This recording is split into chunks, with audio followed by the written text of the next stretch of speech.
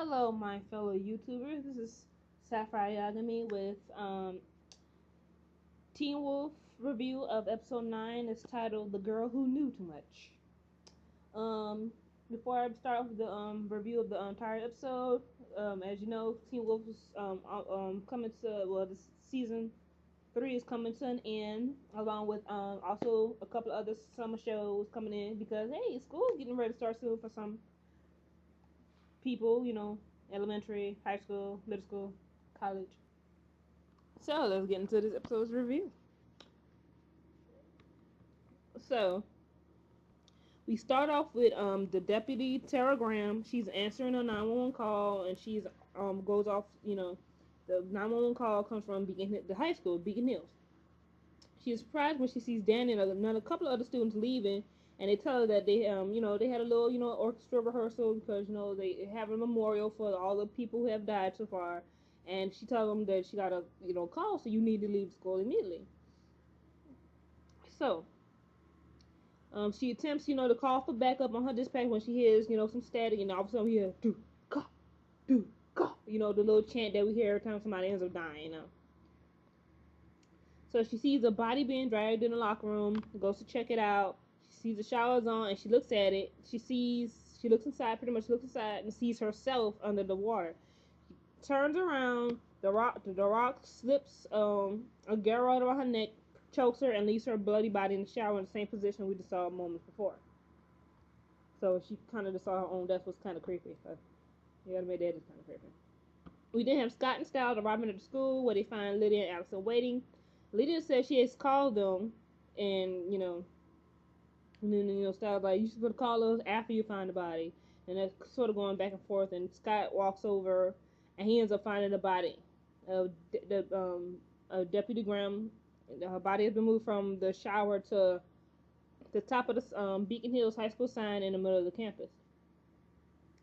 The next day, Styles keeps an eye on his father as he investigates Tara Graham's death at the school. The sheriff tells, Styles to back off and says he has FBI and half the state coming in to free, the pretty much investigation because it's become like a, more of a, you got all these killings going on, so it's not just like a regular, little murder. There's not serial killings going on, so FBI got to get involved in this. It's like it's past, it has passed the 1-star point. Okay, people. It's past the 1-star point.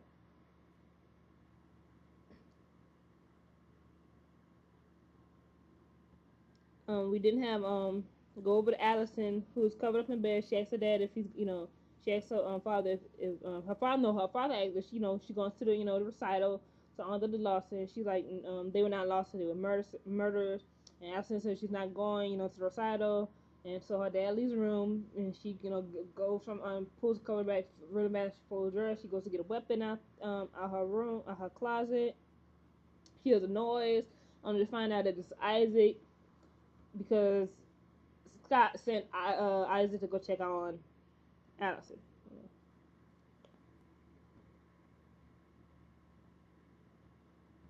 We go over to Miss Blake. She is lecturing on idioms and analogies, metaphors, and similes, blah blah blah, as tools that writer used to tell a story. Lydia is sitting there, drawing a tree. Blake tells that she wasn't aware she has so many talents. Lydia retorts, "You and every guy I ever dated." And Miss Blake said, "That's an idiom." Yeah. So Miss Blake is sort of disconcerted, and this could be for a number of reasons. Lydia's response is the subject matter of her drawing, or the fact that she is faced with Scott and Styles for the first time since the Apple twins kidnapped her and helped her kill Boyd. Ah, but is that really the reason? So the teacher's continuing her lecture, and she's talking more about idioms, and she's talking about, and as she's talking, um, Styles starts to recognize the idiom from the chess because his father plays the game. If she's talking, so he kind of, epiphany, kind of goes on. Scott then hatches a plan for Lydia to distract Aiden so they can talk to Ethan. Because right now, Aiden doesn't want Ethan talking to Danny, but Ethan really, as we can see, Ethan really, really likes Danny. The brother's like, no, we're only supposed to be doing such and such. And so now the two twins are sort of bickering. Ethan wants to be with his man. Aiden is all, no, no, no, no, and blah, blah, blah, all that, it's a little sibling thing going on. We have Scott have an idea that the Dark Rod might have been an emissary to the Alpha Pack. Styles says Aiden and Ethan have been inseparable since helping to kill Boyd. We have Aiden warning Ethan that he needs to stop being Danny, as I said. Stating, because he's talking about the high school students and they only see the women threat. And Ethan's like, he wants pretty much, he's going to still see this guy because he's technically, Danny is not a threat. He likes him. Let it go. Geez, like, can he have a love life with Jesus? Okay.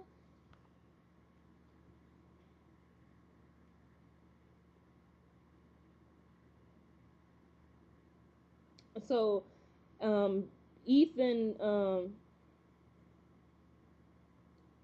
Aiden pretty much threatens his brother by saying that you need to stop talking to him, or I will literally tear his face off and eat it. I'm like, geez, can your brother be happy? What? Like, dang, I know y'all alphas and whatnot, but dang, can your brother be happy? Your brother is happy with Danny. Let him be happy. Jeez, let him be happy. Ruining a good thing. Cock blocking. So we didn't have Lydia gets to Aiden, and then they go out to the regular spot and stuff. And then she brings up the idea of Boyd, and then he brings out Lydia says, I thought you guys were all alphas. And he says, this is not a democracy, okay? It's not. It's a dictatorship. It's not a democracy. It's a dictatorship. So then they kind of going back and forth about people dying and whatnot, and then they hear a bang on the door. Then we have somebody drawing the spiral that we've seen in the previous old Visionaries of somebody drew it on a glass window, and we know what this means. Retaliation is going down. So Scott Styles talks to Ethan, who's probably they're even trying because he killed Boyd, and for all they know, may kill another one of his friends. Styles thinks Ethan is looking at him when he says he takes it as a threat.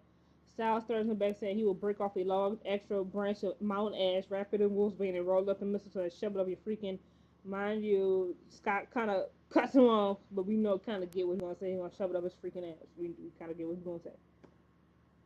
Ethan tells him that he tells Ethan he knows the twins don't want to kill Boyd, and he believes Ethan would not do something like that again. Because because you can see what's even with the twins fighting with amongst each other, that yeah, they're alphas, but apparently Ethan is not really that bad. Maybe because of Danny that softened him up a little bit. Who knows? Sometimes love can do that to you.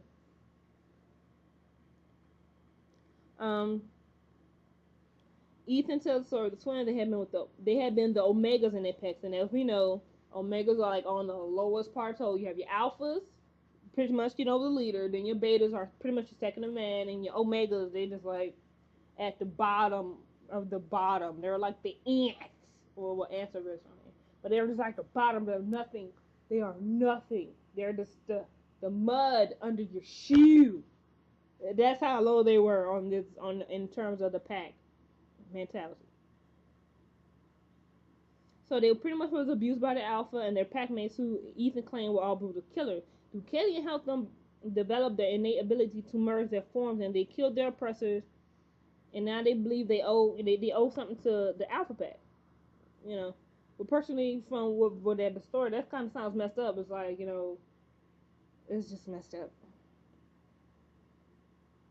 In the locker room, we have Aiden coming out of the office to face off with a revenge-seeking Derek. Instead, Cora jumps him and she claws his chest brutally. So it was Cora, and now now she's fighting him. Mind you, she is not strong. You got to remember, yeah, she's a wolf and she's kind of pissed off that boy died, but still, Aiden is still an alpha. He is literally stronger than her. They're both wolves, but still stronger than her. So what she's doing, pretty much a suicide mission. She most likely will get killed fighting an alpha on her own.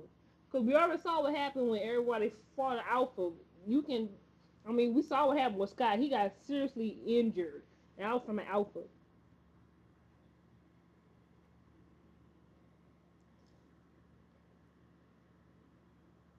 So as Aiden is being attacked by Cora, we have his brother Ethan. I'm guessing because we're supposed to be the twin thing, He feels that his brother is being attacked.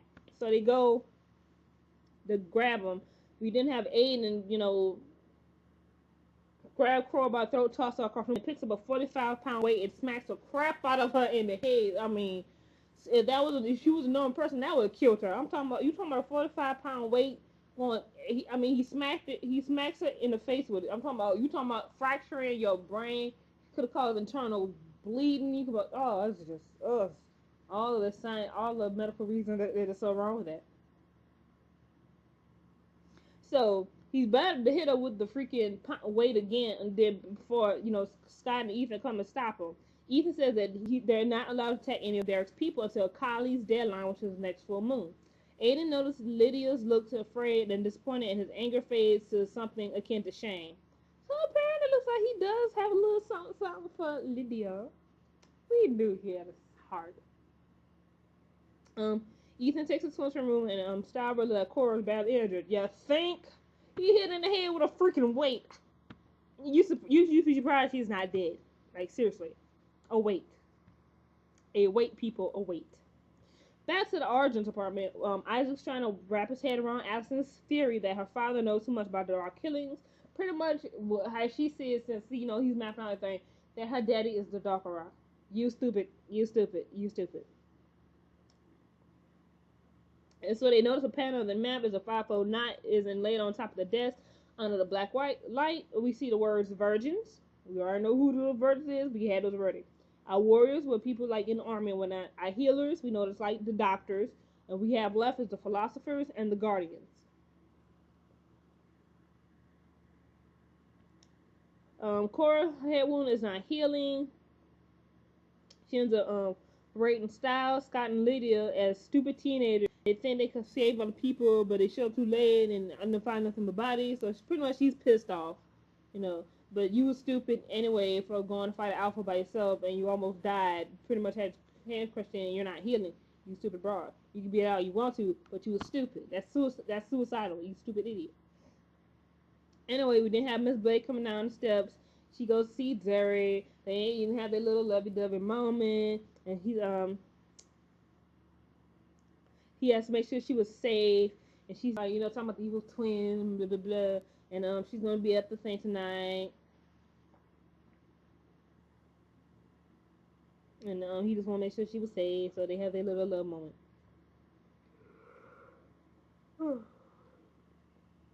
Styles drives Cora home when Allison calls. She explains that she found.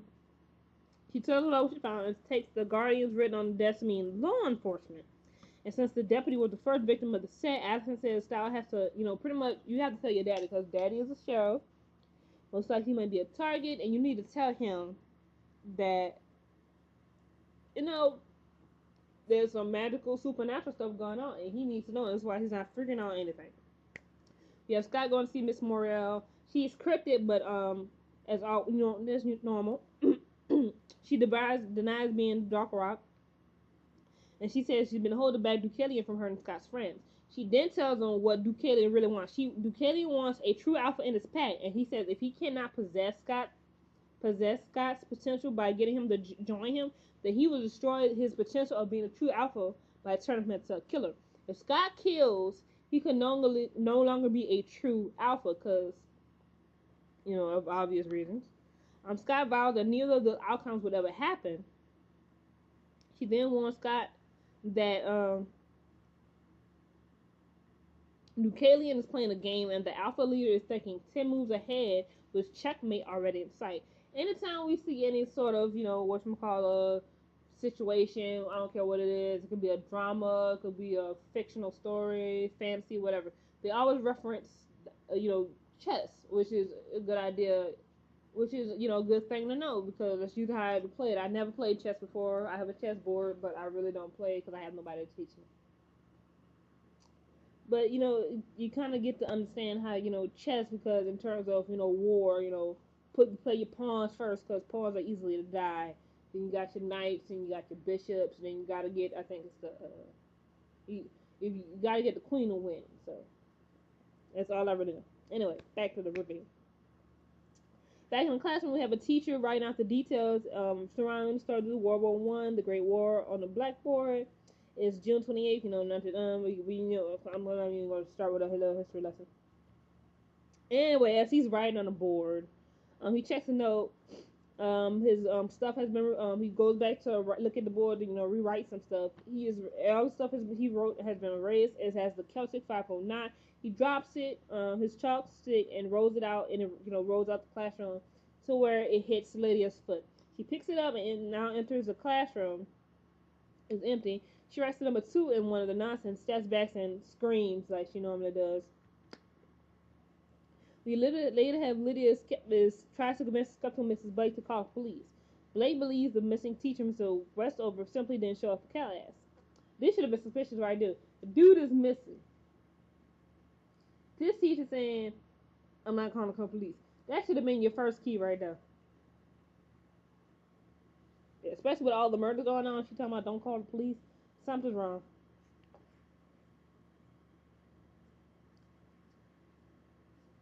So, she brings up the idea of Mr. Harris as nobody has seen or heard from him since. She points to number 2 and says, he might be the second martyr. And Ms. Blake points out that Lydia wrote the number on the board. Frustrated, Lydia declares that she is psychic. When Mrs. Blake looks incredibly, she shouts, I'm something. We then have Edie and Scott watching from the door, or wonder aloud what type of panic would include a deputy and a teacher, trying to find a pattern,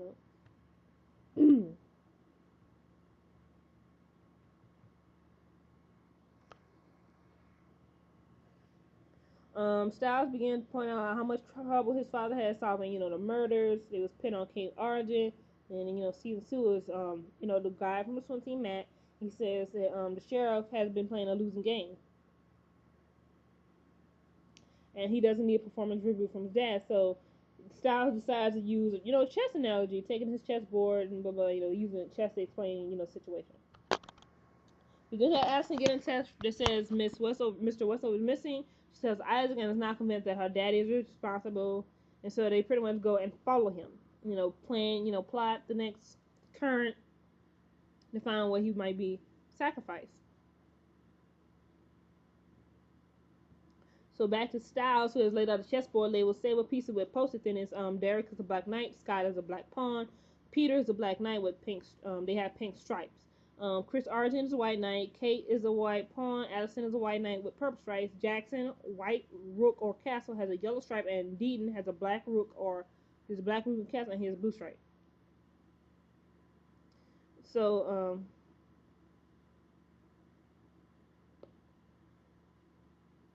So as he's explaining everything, his dad is getting a little bit confused. He asks, he first says, Scott and Derek are werewolves. Styles says yes.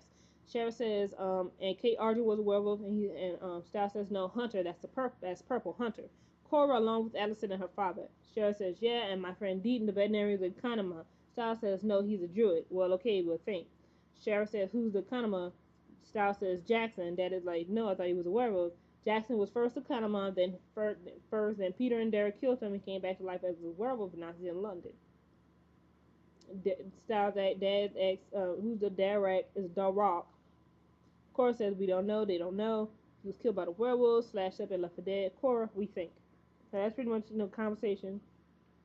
So he's playing into this, and Dad is kind of getting pissed off because he's kind of not believing on this. So as he gets to leave, Styles tries to get his dad to believe and asks Cora, to transform. But she ends up passing out because her head wound has reopened as she's bleeding again. It hasn't healed. So they call 911 to take her to the hospital. We then have Addison and Isaac arrive at what appears to be an abandoned power plant. It's alone, it's a large stone edifice with an interior reminiscent of a cathedral. The hunter and the werewolf were dwarfed by, concrete, blah, blah, blah. I'm not really right. I'm describing the building. Anyway. Isaac wants Addison if her father tries to kill him, he would defend himself. Addison points out that if her father wants Isaac dead, he'll be dead. Isaac smells blood, but he's sort of still inexperienced with his senses. So they smell it, then they see a figure. Excuse me.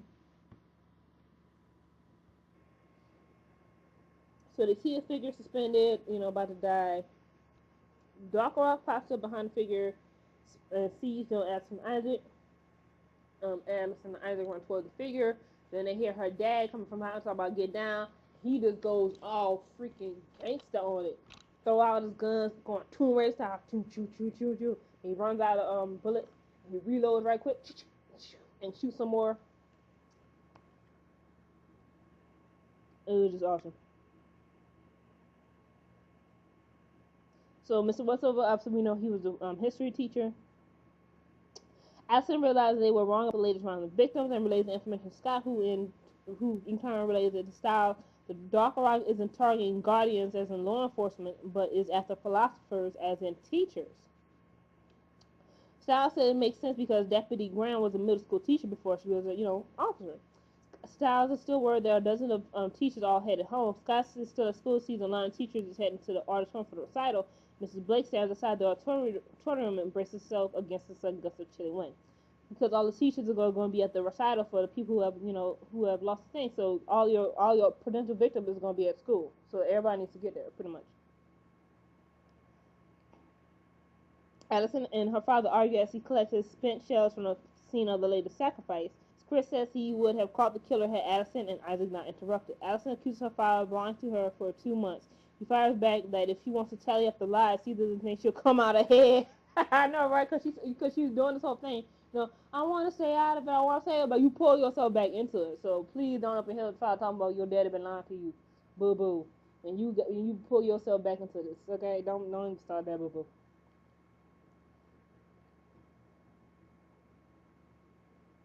Isaac points out that this is not the best time for this right now, and that you still got a teacher who's going to be targeted. So they head to the recital. Styles and his dad bring Court to the hospital. Styles still kind of convinces dad, hey, werewolves are real, because all the kids are doing it. All the kids are getting bit these days and turned to some furry creatures. Because it's cool. It's a new thing. It's better than drugs.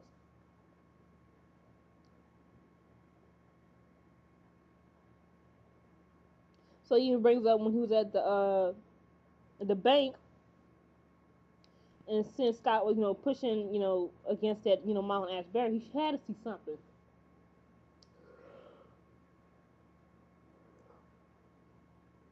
So Sarah said pretty much he don't know what he saw, and then says he's seen a lot, but he just can't explain. And Styles realizes that pretty much Daddy doesn't want to believe. He has seen some weird stuff, but it's the point that he doesn't believe. That's the same thing. We have a lot of people in the world, that truly don't believe, whether it's something religious or it's all over supernatural. They can see some stuff in them, but logic and reason will tell them something different. That's pretty much how it is with the world sometimes. You can't help it.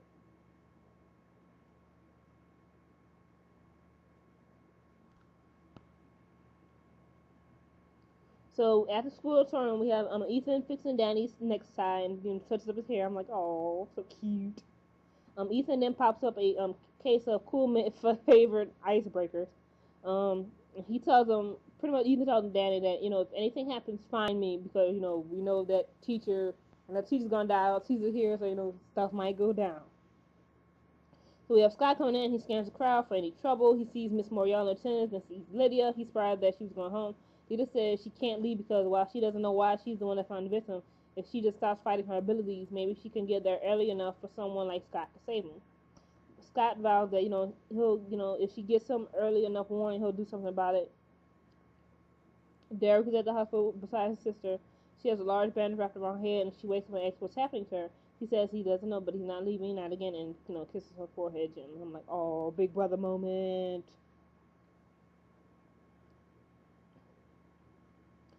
Sheriff Salensi asked Melissa McCall, Scott's mom, for some old hospital records. He said they would be over 10 years old. Melissa said she'll need a court order, but she's not serious, and she bends the rules pretty much for him. We then have Chris, Allison, and Isaac arrive at school as the orchestra begins to play. Danny playing the trumpet. We then have Lydia phone buzzes as the next text arrives from Aiden. He says it needs to see him now. Then a second text arrives and says matter of life or death. And she's like, it better be. So she walks off, to go where the text says to go. Back at the hospital, we have Melissa McCall find the file that he wanted. The detailing patient who was found slashed up in the woods and near death. Clipped to the chart is a photograph of a dark-haired woman with a dimpled chin. She looks like nothing of the characters seen on the show. Her name is listed as Jane Doe. Obviously, that's the name they give people when they have no identification on them. The date on the chart is 3/2. March. It could be March 2000, March of 2002 or February 3rd with no listed year. There is no way to tell which what the intended date was because it's just 302. Like, that's really going to help us out. Yeah. This explains that hundreds of birds flew right into the walls and windows of the hospital where they were trying to treat the Jane Doe. Melissa calls it mass suicide, but the sheriff sees it as they were sacrificing themselves. Melinda's what could make animals sacrifice themselves, and the sheriff replies, not what, but who. Leading into the school, not the school, the classroom. It's dark. She begins to hear the chanting. Do, go, do. We hear the chanting again. And we see Mrs. Blake stop out the shadows and knocks her across the face. Realizing that Leah is no longer at the concert, we have Styles and Scott going, go look for her. Scott scanning the area with his, enhanced vision, sees nothing. Then all of a sudden, as the music of the concert, all of a sudden it starts to change. The orchestra just literally starts to become possessed. So the music has become dark and foreboding. With the chorus member going, do, ka, and the music is like, it's doing the chanting, it's doing the dark truth chanting. So the audience like, what the heck is going on? So we have Allison and Miss Moriarty like, what the hell?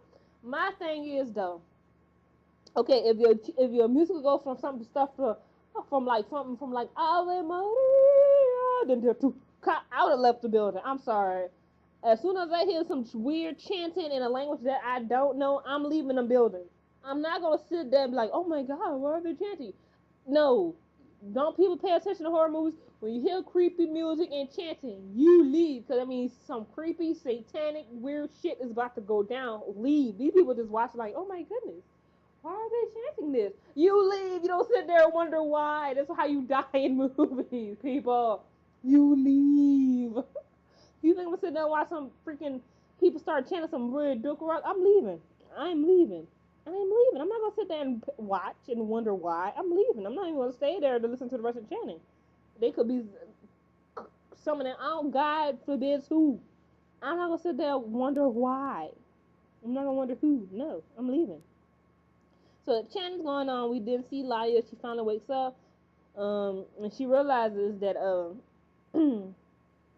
Blake, like tying up and whatnot. And she says that the word, she explains about the, Miss Blake says that she's doing what is necessary. She says the word sacrifice is from the Latin word sacrificium. I'm not even going to try to pronounce it properly. Screw it. She says it means an offering to a deity. Technically, it means one that is made sacred and given to a deity. She says such sacrifices are a necessary evil. Pretty much, Mrs. Blake is the Dark Rock. Let's just get that out right now.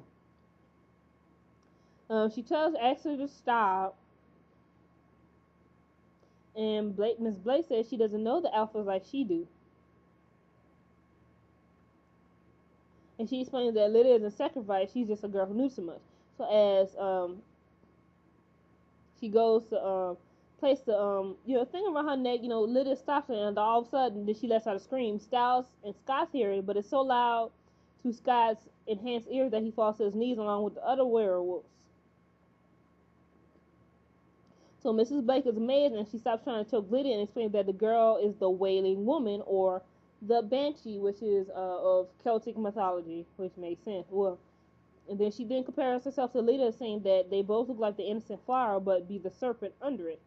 The innocent flower is a line from Macbeth, and as well, Lady Macbeth speaks to her husband. But in this scenario, Mrs. Blake seems to be speaking more of physical beauty, which hides something dark underneath. So that explains why. Because I was wondering for a long time why every time we see Lydia, she's always screaming, which makes sense. Banshees are known to do all this screaming and whatnot. So back in the auditorium, the concert has turned into a chaotic clash of disoriented tones. The audience is visibly uncomfortable as the orchestra and the conductor look insane, sawing, hammering in front of the blowing instrument. You should have leave. You think seriously? If they start looking like they possessed, I'm out of here. I do not plan on being possessed. I do not plan on being sacrificed. I'm just saying. So the pianist is crushing the chords so freaking hard that she breaks one of the strings. The metal wire flies up off the pen block, whips back and slices across the pianist's throat, and drops down dead. That was some Final Destination stuff. Seriously, that's something like you would see in a Final Destination movie. Like death is just like going doo doo doo doo doo doo doo slash ski. So that's when everybody freaks out. I'm like, so you did freak out when the orchestra was chanting some weird Celtic evil chanting, but the broad accident is killed is dying. That what freaks you out?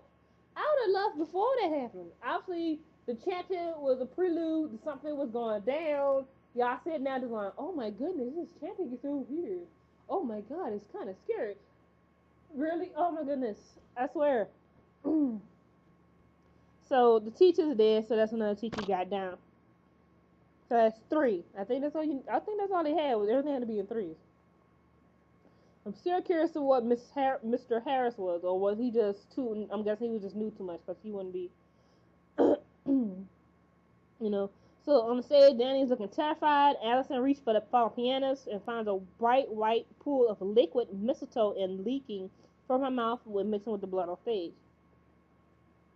Lydia's down with the garrote twisting tight and a knife throat. Suddenly, Sheriff Valencia is there with a gun pointed squarely at Mrs. Blake. The teacher simply takes the dagger away from Lydia's throat and throws it at the sheriff, striking him in the chest just right below his right shoulder. So he didn't, kill him. Scott then arrives, flames and flare flying. The sheriff finally looks at the Scott and be like, oh my goodness. Hey, sometimes you gotta see it to believe it. So he goes, he charges toward Mrs. Blake. She swats him away like it was nothing, like he was just a fly. With so much pressure that he starts in his chest that he coughs up some blood. I'm like, Jesus, this bra is strong. But Styles didn't arrive, but Blake showing more ridiculous strength just shoves the death like it was nothing in front of the door, so that he's pretty much trapped in Norway. The sheriff has recovered enough to pick the gun up with his left hand, and he levels at it. Blake, who confidently walks toward him. Sheriff saying that it was a girl years ago found in the woods, but her face and body slash part he knows was Blake. She retorts that maybe she should have started with philosophers.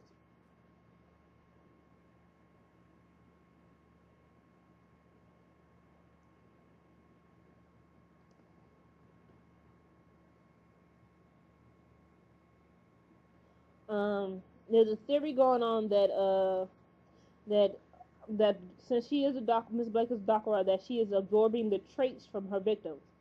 Because she says, starts off with, maybe I should have started with philosophers who have knowledge and strategy. The sheriff shoots her in the leg, her wound heals immediately. So then she says healers, because, she didn't heal. He grabs the dagger and lifts the sheriff off the ground while at the same time twisting his left wrist so that he releases the gun, forcing him back, slamming against the chairs. Says warrior. She rips off his badge and says guardians. She then moves to his face and says virgins. She then leans in and kisses him, and during the kiss, he opens his eyes and sees not Jennifer Blake, but the disfigured and slightly slimy face and huge white eye of the Doc Rock.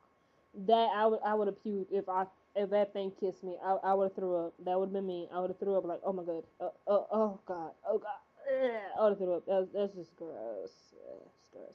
Cause it's disfigured, and slimy. Ew, gross. Then we hear the sound of some shattering glass. Styles finally gets inside, and Scott makes it back to his feet, but they're too late. Doc Rock has escaped, taking Sheriff Zelinsky with her. Well, that was an interesting episode. We found out Lydia is a banshee. Next thing is screaming. Mrs. Blake is the Doc Rock. It's just very good episodes. So we have 3 more episodes of the Teen Wolf season 3. The next episode will be played this Monday. The episode title is The Overlook, and then we have 11 and 12, and we'll see what's going to happen with Mrs. Blake. And oh dang, I just thought about it, Derek. He had his heart broken before, now he's going to have it broken again. I don't think he's going to do well for Derek. Poor baby. But anyway, I want to know what you guys think about, Lydia being the banshee, Mrs. Blake being the Dark Rock, the people sitting in the auditorium just listening to weird chanting. What else? What you think might happen to Cora? Will you think she die again? I want to know you guys' thoughts and opinions, and I will see you guys Tuesday morning. That's when I will post a review for the episode 10 of Teen Wolf. See you guys next time.